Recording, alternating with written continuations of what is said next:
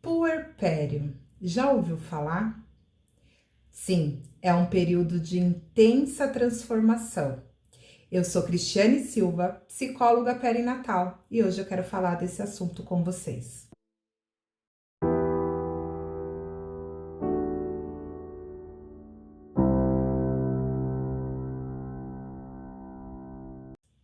Bom, quando a gente se prepara num período de gestação, a gente sempre está focado nas questões do desenvolvimento do bebê, né? Do pré-natal médico. A gente não olha para as nossas questões emocionais. Bom, eu falo isso hoje com propriedade, porque na minha primeira gestação, há 9 anos atrás, eu sempre olhei a quantidade de body que eu precisava comprar para o meu filho, né? Quais seriam os cursos que eu deveria fazer em relação a desenvolvimento infantil, não ao meu desenvolvimento emocional.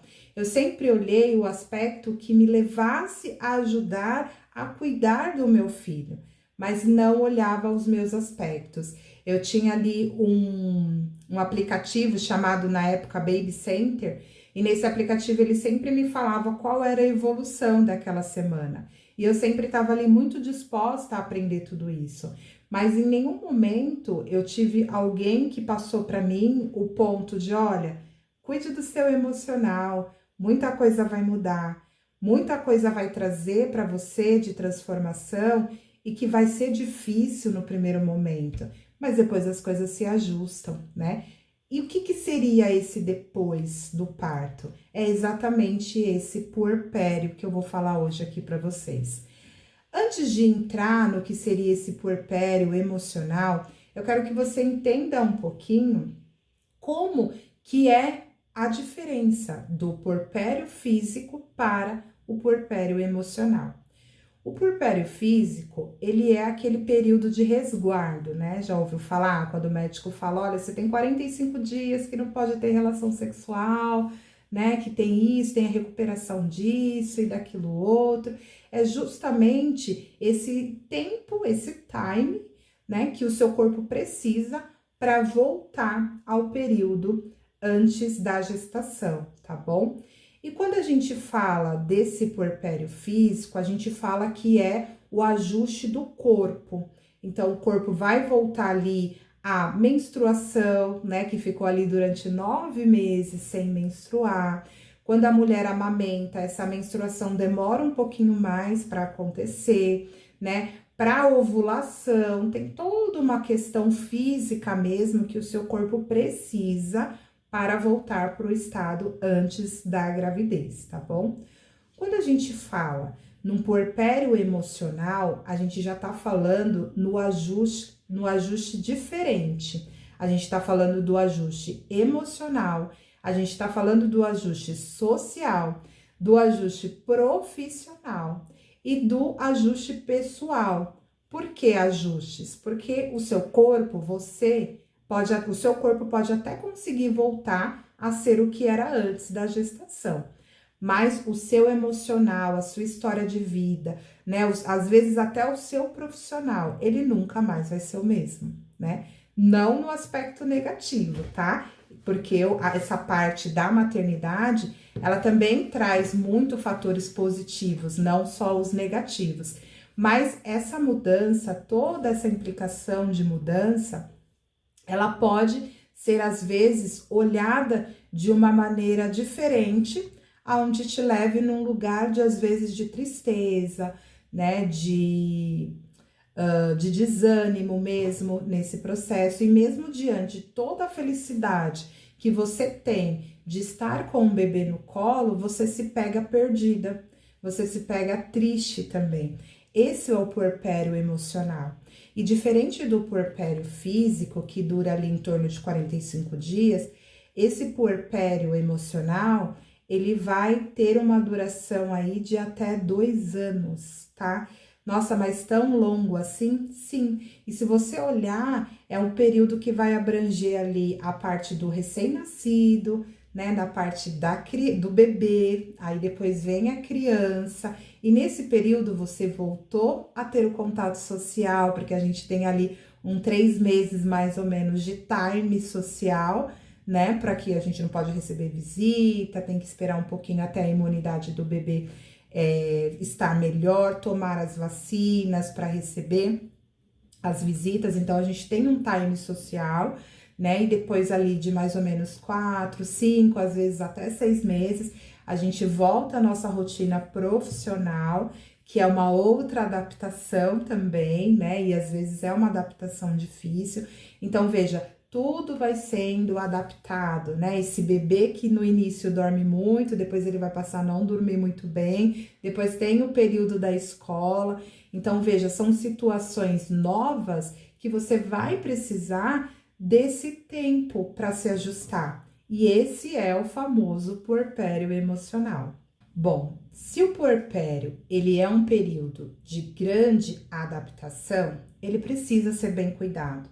Porque se ele não for bem cuidado, ele pode trazer alterações emocionais significativas que vai impactar no seu cuidado com o bebê, por exemplo, o seu cuidado com você mesmo e impactar diretamente as suas relações pessoais, tá?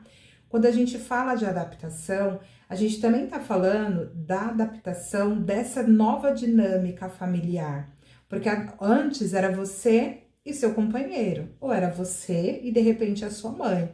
Hoje não, hoje já é você, o bebê e o companheiro. Hoje é você, o bebê e a sua mãe. Então entenda, a gente muda toda uma dinâmica familiar. A gente olha para esse novo de uma maneira diferente.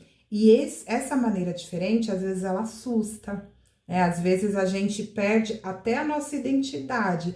Nossa, quem eu sou a partir de agora, né? Quem sou eu em meio ao universo da maternidade? E isso eu tô falando, mesmo se a sua gestação, o seu processo de maternar, ele foi sonhado e idealizado, tá? Eu vou trazer mais um exemplo para vocês, que é o meu exemplo na maternidade. Quando eu estava grávida, o meu primeiro bebê, ele foi muito desejado, ele foi muito sonhado. Porém, eu tinha toda uma imagem, né? Toda uma idealização de como seria no meu pós-parto. E foi totalmente diferente. Quando eu cheguei com meu filho em casa, eu olhei para aquele universo de situações que iam acontecer a partir daquele momento e fiquei muito insegura e me senti abandonada, mesmo com a minha rede de apoio ali. Eu tinha minha mãe como rede de apoio, eu tinha minha sogra, minha cunhada, minhas irmãs como grande rede de apoio, mas eu não era eu tava diferente. E como que fazer com tudo isso? Como trazer tudo isso para alguém e as pessoas não me entendiam? E quando eu digo as pessoas não me entendiam, às vezes até amigos. Eu cheguei a conversar na época com amigas que não tinham filho e elas olhavam para mim com uma cara de estranheza, assim, nossa, mas por que você tá desse jeito? Você só falava em gestação, você só falava, né, que queria ser mãe, mesmo na faculdade, que nessa época eu fazia faculdade, eu sabia que eu ia encontrar muito mais desafio, mas eu quis engravidar no período de faculdade, mas eu não tinha ideia do que era esse puerpério, eu não tinha nem ouvido falar sobre o puerpério. E aí, quando chegou, eu me senti culpada. Pensei, poxa, mas eu quis tanto ser mãe e agora eu tô triste, né? Eu quis tanto ser mãe e agora isso é egoísmo da minha parte, me olhar agora, né? E hoje, estudando muito sobre o assunto, atendendo outras mulheres, eu percebo o quanto a gente não é olhada, né? A gente não é acolhida nesse processo. As pessoas naturalizam muito a recém-mamãe. Não, ela tem que estar bem, deu tudo certo no parto, né? Não aconteceu nada com o bebê saiu bem. Tem mães que têm o parto prematuro, né? Tem o bebê fica na UTI, o dela não aconteceu nada disso. E a mulher vai se colocando em cada vez mais em um lugar onde ela não tem fala, ela perde a visibilidade. E a gente percebe muito essa perda de visibilidade quando, se a gente fizer uma comparação quando a gente tá grávida, né? Então, quando a gente tá grávida, a gente quer comer um bolo e aparece 3, 4 fatias de bolo, né? Vou dar um exemplo aqui para vocês, bem engraçado. Eu tava com muita vontade de comer jaca e eu queria uma jaca que tava no pé.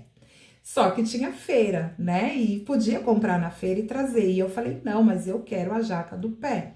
E aí subiu na árvore o meu marido e a minha sogra para pegar a jaca. Conseguiram pegar a jaca? Não, não conseguiram.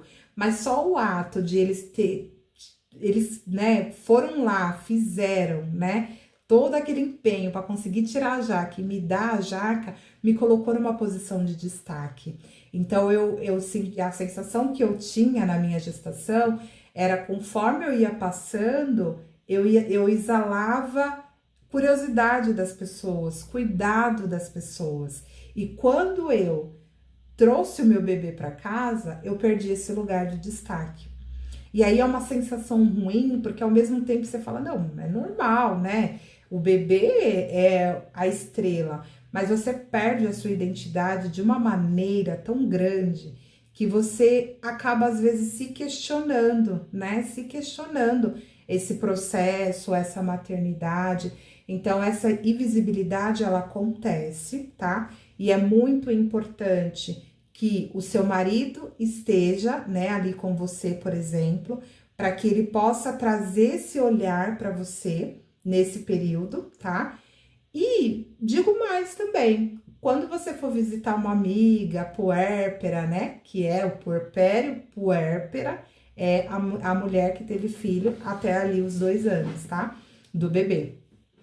Quando você for visitar uma amiga recém-mamãe, que você possa olhar primeiro para ela, perguntar para ela como ela está antes de olhar para o bebê. Isso já faz uma grande diferença quando a gente olha nesse processo emocional, né? Nesses ajustes emocionais que está acontecendo nesse período. Bom, e o que se perde quando se ganha, né? É uma palavra até estranha de pensar, mas o que eu perco quando eu ganho meu bebê? Esse é um período também de grande transformação no puerpério, porque a gente perde algumas coisas, né? A gente passa pelo chamado luto.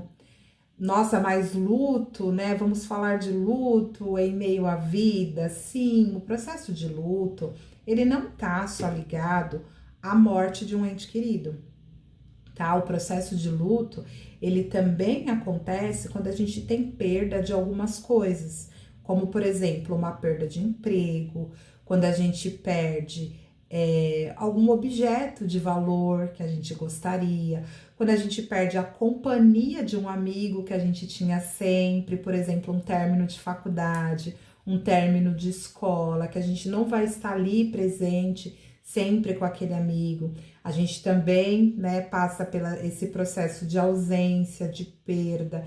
Então, a gente precisa desses ajustes. No puerpério não é diferente, a gente também vai precisar desses ajustes e a gente passa por esse processo de luto. Então, tem coisas simples, por exemplo, que a gente tinha prazer em fazer antes, que a gente fazia com o tempo, que a gente não vai ter mais esse tempo para fazer. Que a gente, de repente, vai precisar adiar algumas coisas que poderiam fazer antes, né? Às vezes, coisas simples, como, por exemplo, um banho bem demorado, e depois do banho, você passar um creme no seu corpo. Tudo isso você já não vai mais conseguir fazer. E num primeiro momento, esse lugar de não conseguir fazer as coisas que te davam prazer antes, eles vai te trazer aí um ponto de cansaço, né? Você vai ficar cansada e às vezes até estressada, né? O seu sono. Quando a gente tá grávida ali, a gente dorme um pouquinho mais, né? E quando o bebê nasce, o sono muda. Então, a gente não tem mais como dormir ali, aquele período que a gente estava acostumado, porque o bebê, ele demanda. Essa privação de sono, ela também é um processo de perda que você está sentindo. Então, também está encaixada num processo de luto.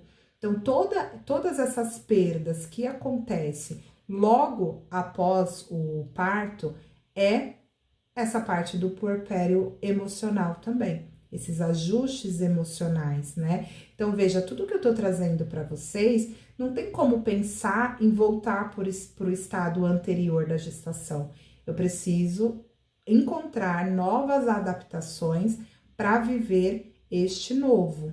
E olha, de verdade, ficar sem dormir causa extremamente estresse e irritabilidade, tá?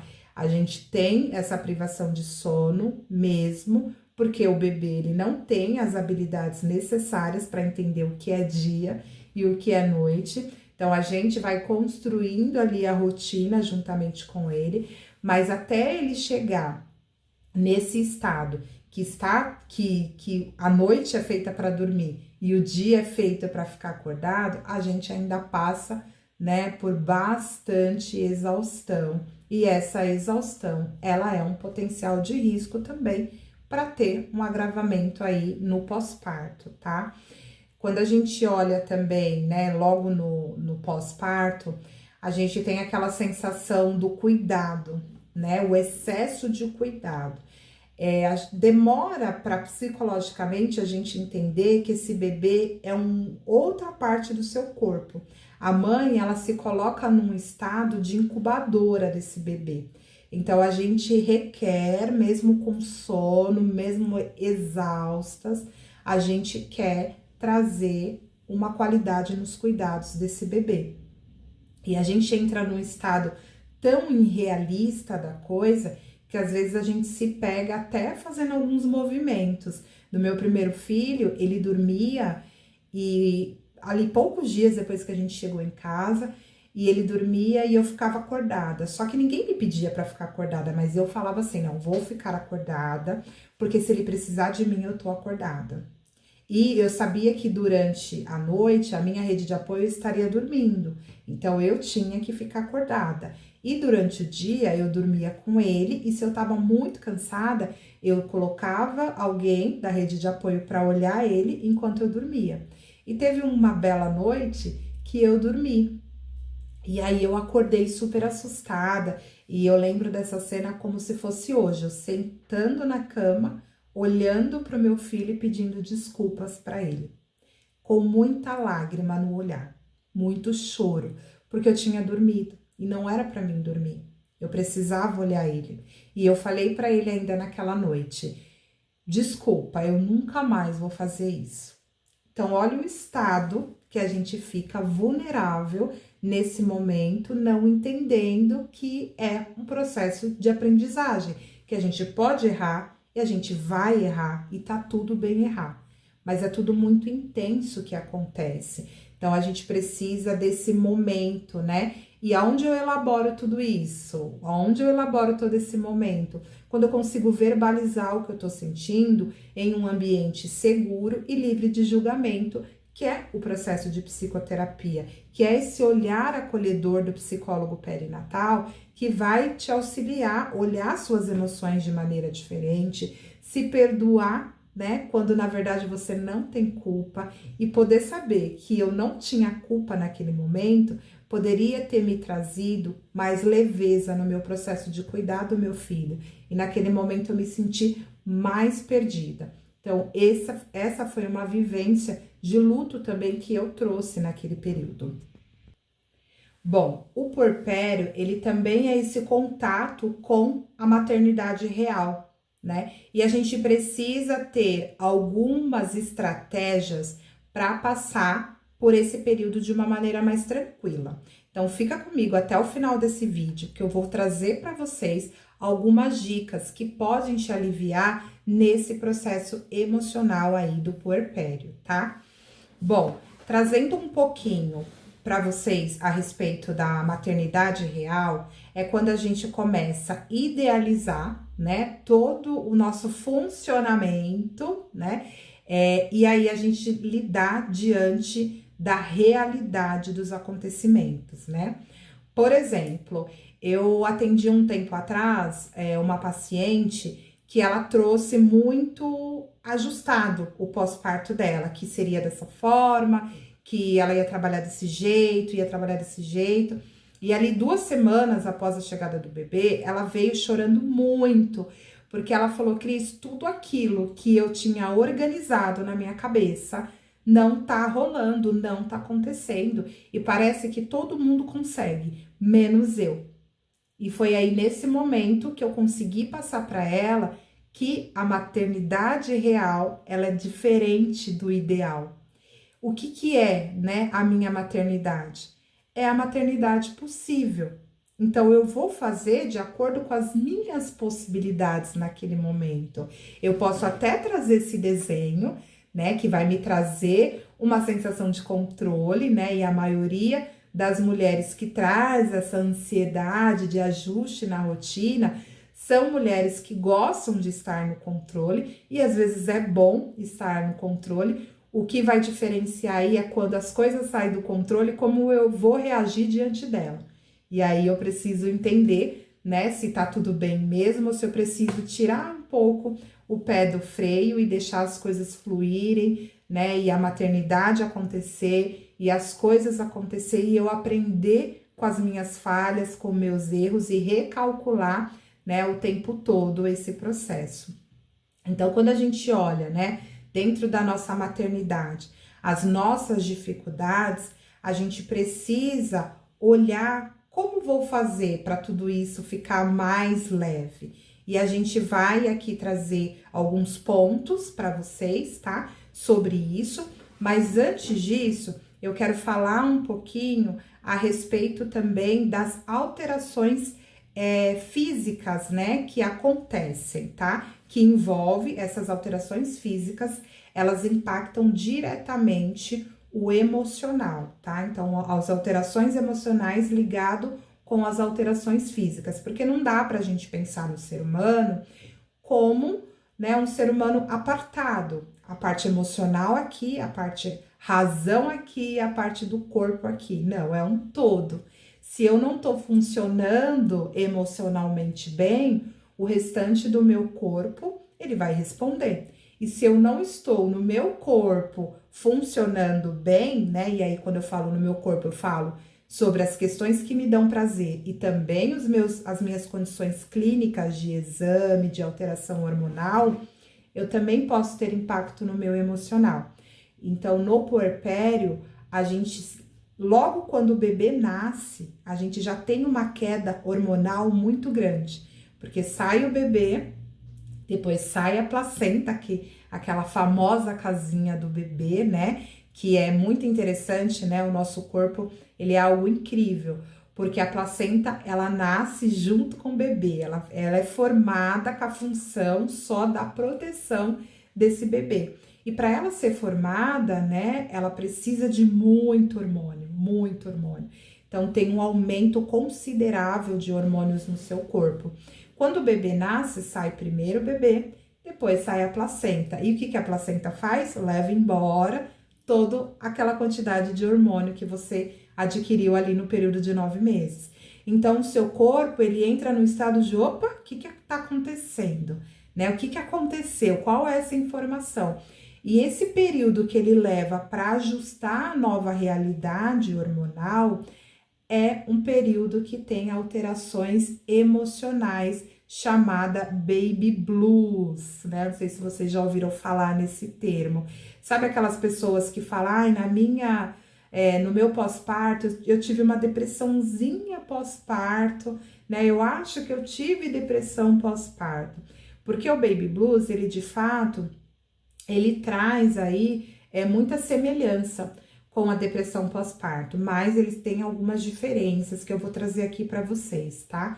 Mas o baby blues é essa alteração, tá, física que acontece no corpo, e esse ajuste de hormônio, ele vai trazer ali o impacto no seu emocional.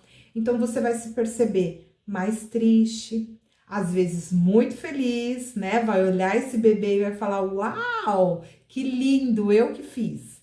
E vai ter um momento que você vai olhar para esse bebê e vai falar, meu Deus do céu, como é que eu vou cuidar desse bebê tão pequeno? Como é que eu vou exercer, né, a maternidade agora? O medo começa a invadir literalmente, né? E aí você olha e fala, e agora? O que eu vou fazer com toda essa nova realidade. E isso traz muito choro, mas muito choro. A mulher chora muito. E às vezes a gente não consegue nem explicar nosso choro, né? Eu lembro que no meu baby blues, que eu tive baby blues também, achando que era uma depressão pós-parto, eu abri uma latinha de Coca-Cola e eu chorei por causa do barulho da Coca-Cola. E pra mim, assim, né, hoje a gente fala até com um ar de humor, mas naquele momento eu fiquei com dó da Coca-Cola, né? Mas era o quê? Era esse ajuste emocional que estava acontecendo, né? Não era sobre a latinha, era sobre o que estava acontecendo no meu corpo. E o baby blues, ele causa essa estranheza mesmo. O baby blues, ele não é um transtorno. Logo, não é um transtorno, não tem um tratamento específico, tá? O baby blues, ele é uma alteração emocional que vai acontecer aí até os 15 primeiros dias do nascimento do bebê.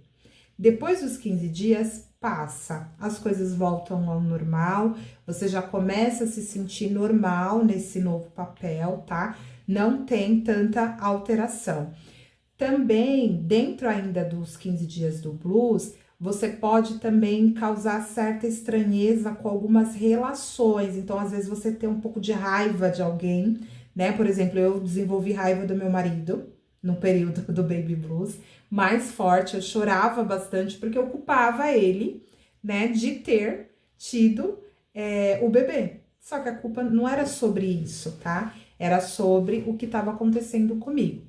Bom, você vai ouvir esse termo também sobre disforia puerperal. Não é nem mais usado, mas é o baby blues, tá? Tristeza pós-parto, é o baby blues também.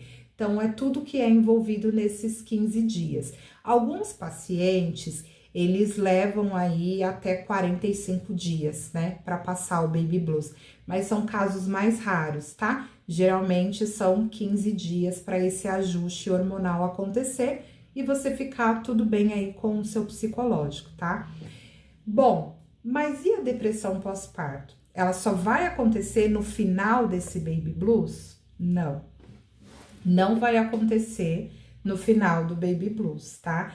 Uma depressão pós-parto, ela pode iniciar ainda na gestação ou ela pode iniciar durante, né? Durante aí o período de pós-parto, antes do baby blues. Eles podem estar juntos ali no mesmo quadro. Isso vai precisar de uma avaliação clínica, né? Pra gente poder descartar. Porque diferente do blues, que não é um transtorno mental, então logo eu não preciso ter muitas ações, tá? A não ser acolhimento, né? Porque é importante que nesse período de 15 dias você tenha um companheiro que te escute, uma rede de apoio, né? Uma mãe, uma irmã que também te escute, tá? Para que você possa se sentir mais acolhida, mas com 15 dias vai passar. Já na depressão pós-parto, a gente precisa do remédio, tá? Para acontecer a melhora no quadro e da psicoterapia. Só que para isso a gente precisa avaliar o quadro. Mas você pode identificar os sinais e sintomas, né, dessa alteração, tá? Então, por exemplo, percebeu que você não tá com ânimo para cuidar do bebê. É um fator que pode ser uma depressão pós-parto, tá? Eu me olho no espelho, eu não reconheço o que eu vejo. Geralmente a mulher já tem aquela sensação estranha, né, no pós-parto de não gostar do corpo, porque o corpo ainda tá muito inchado, não vê a hora de perder a barriga, se sente gorda, se sente inchada. Mas você entra num estado de se olhar e não conseguir nem colocar uma roupa diferente do pijama. Você acorda de pijama, você dorme de pijama e não percebe. Você tem muito sono também, né? Você entra aí num estado de querer dormir o tempo todo como se quisesse apagar da realidade. E quando fala, fulana, você não vai cuidar do bebê, você não consegue ir, você não tem ânimo. Isso não é sobre o bebê, porque às vezes a mulher tem o amor ali todo para passar para o bebê, só que ela não consegue ter esse ânimo, né? Esse ânimo de pontuar e conseguir trabalhar aí os cuidados básicos do bebê, Então, ela não consegue ter tudo isso. Isso são sinais da depressão pós-parto. Alteração de apetite também, ou comer demais ou não comer, tá? Isso também pode ser um dos sintomas de depressão pós-parto. Se isso acontecer, é necessário que você imediatamente busque ajuda, tá? Mesmo na dúvida, eu não sei, parece que, vamos ser avaliados. Porque quanto mais cedo o diagnóstico, melhor a gente consegue trazer esse tratamento e você conseguir trazer diretamente impactos favoráveis para o bebê. Porque imagina só uma mãe com depressão pós-parto. Ela não consegue ter contato com o bebê. Automaticamente, toda a habilidade do bebê, ela fica comprometida, né? Então, o bebê, ele já vai ser um bebê que vai demorar um pouco mais para ter aí uma interação com o meio, porque tem esse impacto direto na saúde da mãe. Então, o seu emocional precisa estar bem para que você consiga aí passar, né, os cuidados para o seu bebê de uma maneira melhor, mais leve, mais equilibrada, com mais qualidade. Então, poder olhar todos esses pontos é muito importante. Bom, e se é um período de tanta vulnerabilidade e tanta adaptação emocional, como é que eu vou lidar com tudo isso? E agora eu quero deixar algumas dicas para vocês que possam te auxiliar nesse período do puerpério. Primeiro de tudo, muita paciência com você. É tudo novo, você não nasceu mãe. Ser mãe não é instintivo. Eu não vou nascer sabendo sabendo ser mãe. Eu até tenho, né, alguma espécie, de repente, de exemplos na minha casa. De repente, a minha irmã foi mãe primeiro, eu vi como ela cuidou do meu sobrinho. A minha mãe foi mãe depois de mim, eu percebi como que eram esses cuidados. Mas a prática, né, o aqui e agora, o bebê chegou, o que eu faço agora, né, é diferente para cada mãe, é diferente para cada mulher, é diferente para cada gestação. O meu exemplo, ele pode ser um exemplo que você olha e fala, poxa, que legal, que interessante, ela também passou por isso, mas não quer dizer que vai ser igual para você. Mas algumas coisas podem ser semelhantes e pode te ajudar nesse período de pós-parto, como, por exemplo, a rede de apoio, que eu falei bastante aqui, né? Muitas mulheres não têm rede de apoio. E quando a gente pensa em rede de apoio, a gente pensa, nossa, é minha mãe, é minha irmã, é minha tia, é alguém, né? Algum ente querido que esteja comigo para me auxiliar nesse período. No melhor do cenário, esse seria a perfeição, porque é um lugar seguro, que a gente está inserido, e a gente quer que alguém que a gente ame muito esteja do nosso lado. Mas, às vezes, essa mulher, né, sua mãe não mora perto, mora longe, mora em outro estado, né, ou não está nem mais aqui junto com você. E como que eu vou fazer para passar esse puerpério? A gente pode contar com nossas outras redes de apoio, que seria uma amiga, em que você pode ter mais confiança. Pode ser uma pessoa que você faça ali um pagamento para ela te auxiliar num período ali de algumas horas durante o dia, para te ajudar, tá? Seria também, eu brinco que o iFood também, ele pode se tornar a nossa rede de apoio, porque a gente pode ligar e fazer o pedido da comida, né? O ideal é sempre a gente fazer um plano de pós-parto, então a gente poder fazer uma listinha de como será as coisas básicas no nosso pós-parto. Quem vai nos ajudar, então, essa rede de apoio, né? Como iremos fazer para se alimentar? A gente vai fazer comida congelada e vamos congelar para os 15 primeiros dias, né? A gente vai pedir para algum amigo fazer as marmitas e deixar aqui no congelador, ou a gente vai pedir para que um amigo venha, né, trazer essa ajuda também, e tá tudo bem pedir ajuda, a gente não precisa dar conta de tudo, tá? Eu sei que quando o bebê nasce, a gente tem um olhar assim, eu preciso dar conta, eu não posso pedir ajuda para ninguém, né? Pode deixar que eu vou fazer, porque o bebê é meu, a gente tem aquela sensação de posse, né? Então a gente quer fazer tudo, mas a gente não precisa fazer tudo. Por quê? Quando a gente tenta fazer tudo o tempo todo, a gente entra num estado de frustração, porque a gente não vai dar conta de fazer tudo. Então eu preciso voltar um passo atrás, respirar fundo, entender que eu sou humana, cheia de falhas, em processo de aprendizagem, de uma nova dinâmica até então desconhecida na minha vida e que eu preciso de ajuda. Então eu vou fazer esse plano para que todo o meu período do puerpério ele possa ser um pouco mais leve, tá? Bom, olhando também ainda esse plano de pós-parto, é bom você entender, né, um pouquinho melhor de quem são as visitas que você quer na sua casa nesse período, tá? Porque a gente sabe que um bebê é novidade, mas ao mesmo tempo que tá todo mundo querendo conhecer esse bebê, também tem a parte que ele tá mais vulnerável, né? Que ele tá com uma imunidade mais baixa, que ele tem um cronograma de vacinas para seguir, e às vezes a gente não quer aquele monte de gente em casa, ou a gente não quer receber nenhum tipo de visita, porque visita também dá trabalho. A gente tem que pensar, né? Geralmente a visita vai para conhecer o bebê, e aí ela quer um almoço, ou ela quer um café da tarde, você tem que se preocupar em fazer um bolo, você tem que se preocupar em que você vai dar para a visita comer, porque todo mundo gosta de chegar em casa, na casa de alguém comer, e a visita realmente vai como uma visita, e isso estressa muito. Então, antecipe isso, né? Observe quais são as pessoas que você sabe que vão ir à sua casa visitar o bebê e também servir de rede de apoio, e quais serão aquelas pessoas que vão chegar e vão sentar, pegar o bebê no colo e querer que você coloque um bolo em cima da mesa, tá?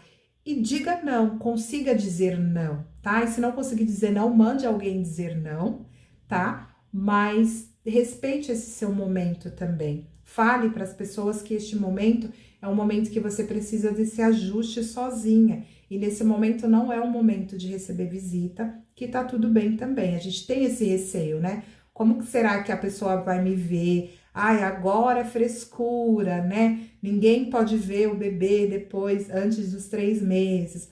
Sim, é um processo diferente. A gente vive no mundo pós-pandemia.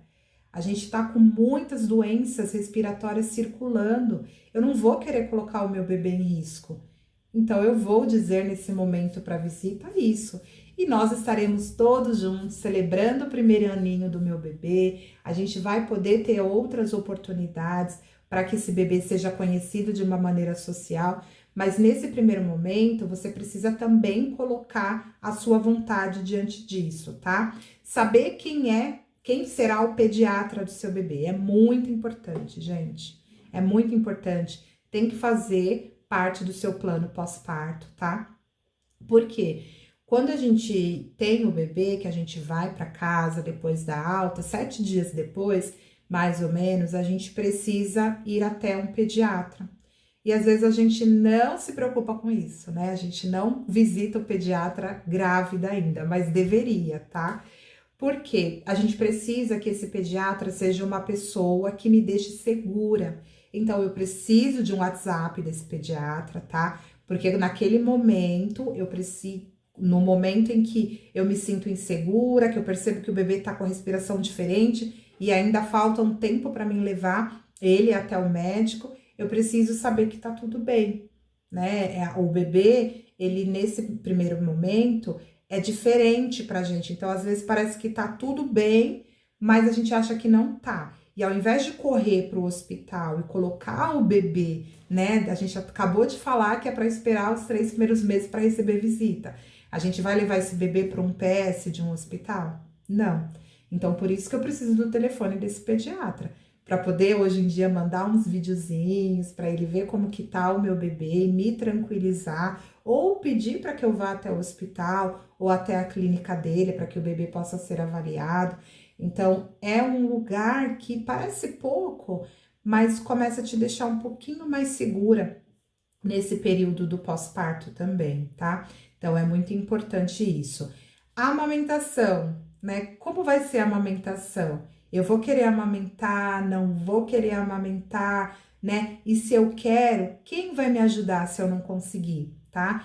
A amamentação não é algo instintivo também, não é algo que é só colocar o bebê vai mamar e vai ficar tudo bem, não é. A amamentação, ela tem aí os seus percalços, né? E é muito importante para o bebê, para o desenvolvimento do bebê e também para o vínculo da mãe, para o seu corpo também voltar a ser o que era antes. É engraçado que quando o bebê mama, você sente até o seu útero contrair, né? Tipo, ele ajuda ainda o seu corpo a voltar para aquele estado, né? Antes da gestação. Então, a amamentação, ela traz muito benefício, tanto para o bebê quanto a mãe. Só que às vezes, diante da dificuldade, a gente tende a não querer mais amamentar, porque o peito racha, né? Porque dói, e o bebê pega errado e a gente não sabe. E aí, quem eu vou recorrer? Eu conheço uma consultora de amamentação, eu tenho alguém que eu posso ligar e pedir essa ajuda, esse suporte. Então, é bom deixar nesse plano de pós-parto também essa informação. Eu gosto de ter impresso, tá? Então, assim, sente-se, faça devagar cada item, pense em cada item, como que você imagina esse seu suporte, né, depois do parto, para que você tenha esse manual quando o bebê chegar também, tá? Esse é um momento de vínculo entre vocês.